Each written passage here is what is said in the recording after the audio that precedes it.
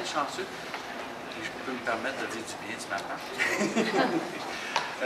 Durant toute ma carrière, j'ai eu la latitude de travailler dans des avenues que moi-même identifiais comme prioritaires dans ma région et dans ma province. Parce que j'ai couvert au fil des années 3 régions différentes.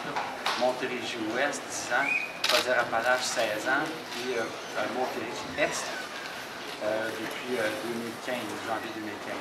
Et je pense que la question de la santé des sols est extrêmement pertinente dans toutes les régions.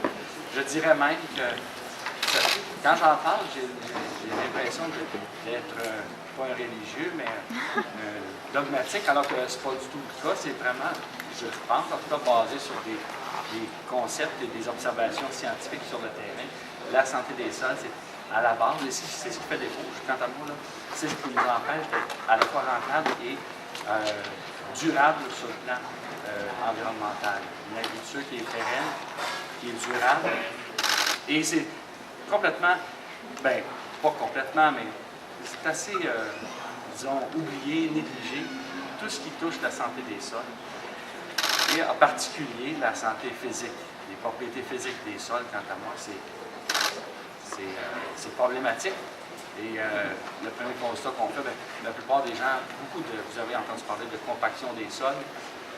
C'est sûr que c'est un fléau. Et ça limite à la fois les rendements, puis ça empêche le sol d'agir comme une espèce de tampon par rapport au milieu environnant, au milieu aquatique aussi. Fait que la compaction, c'est vrai que c'est un fléau, mais il n'y a pas que la compaction. Il y a des phénomènes comme la pulvérisation des agrégats, qui n'engendre pas nécessairement de compaction, mais qui est tout aussi néfaste.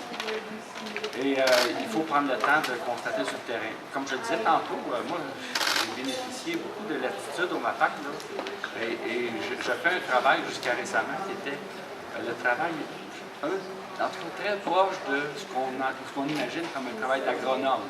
C'est-à-dire sur le terrain, prodiguer des conseils aux producteurs, la plupart du temps en groupe, avec des producteurs ou des agronomes de première ligne. Les agronomes de première ligne sont ceux qui préparent et signent les plans d'utilisation, par exemple, les recommandations de pesticides, ceux qui font le service conseil individuel aux entreprises agricoles, sur une base individuelle. Alors que nous, on se considère, à juste titre d'ailleurs, comme des agronomes de deuxième ligne, on apporte le soutien à ces agronomes-là.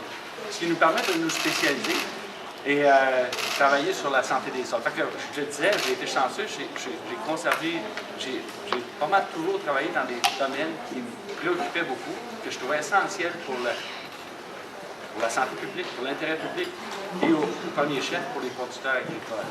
Donc, ce que je faisais, le travail typique que je faisais au MAPAC, et je pense que je vais continuer à le faire, en tout cas à temps partiel, c'est de me rendre sur des fermes pour diagnostiquer des problèmes.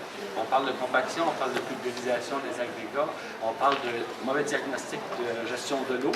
Il y a une énorme confusion au Québec entre l'eau de surface et l'eau souterraine.